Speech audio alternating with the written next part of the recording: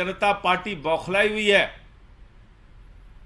ये सुनकर और जानकर जिस तरह से भारतीय जनता पार्टी के नेता बयान दे रहे हैं कि प्रधानमंत्री की डिग्री तो फर्जी है, डिग्री तो फर्जी है, कहां से सबूत लाएं? क्या देश का प्रधानमंत्री नकली और फर्जी डिग्री लेकर देश की सत्ता पर राज कर सकता है?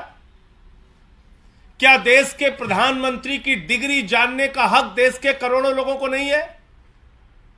140 करोड़ लोगों ने चुनकर उनको अपना प्रधानमंत्री बनाया है। क्या उनको नहीं मालूम होना चाहिए कि उनके प्रधानमंत्री ने कितनी पढ़ाई लिखाई की है? और आज बिल्कुल ठीक कहा दिल्ली के मुख्यमंत्री अरविंद केजरीवाल जी ने, आदमी अपनी परिस्थितियों के कारण अनपढ़ हो सकता है, कोई दिक्कत नहीं, लेकिन देश के प्रधानमंत्री के पद पर बैठा हुआ व्यक्ति अगर युद्ध के समय में, संकट के समय में सेना को यह सलाह देने लगे कि बादल है, हवाई जहाज रडार में नहीं आएगा, हमला कर दो, तो यह तो बहुत ही खतरनाक बात है। यह तो देश की सुरक्षा के साथ खिलवाड़ है। अगर देश का प्रधानमंत्री देश के लोगों को यह सलाह देने लगे कि नाली के गैस से चाय बना लो, तो उसके इस मूर्खतापूर्ण बयान के कारण कितने लोग हंसी के पात्र बन जाएंगे।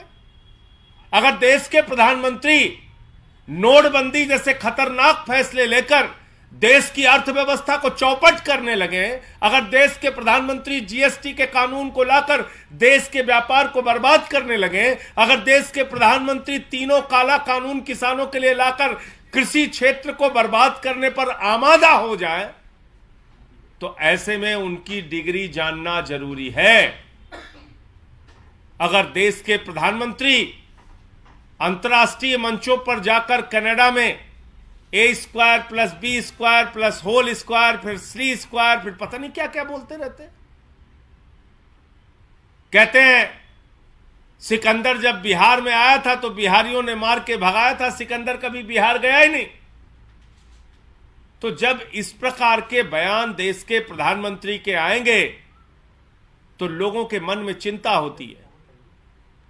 देश के करोड़ों लोगों के मन में सवाल उठता है कि अगर प्रधानमंत्री गैर पढ़े लिखे और अनपढ़ होंगे तो क्या उनके हाथों में देश की अर्थव्यवस्था सुरक्षित है?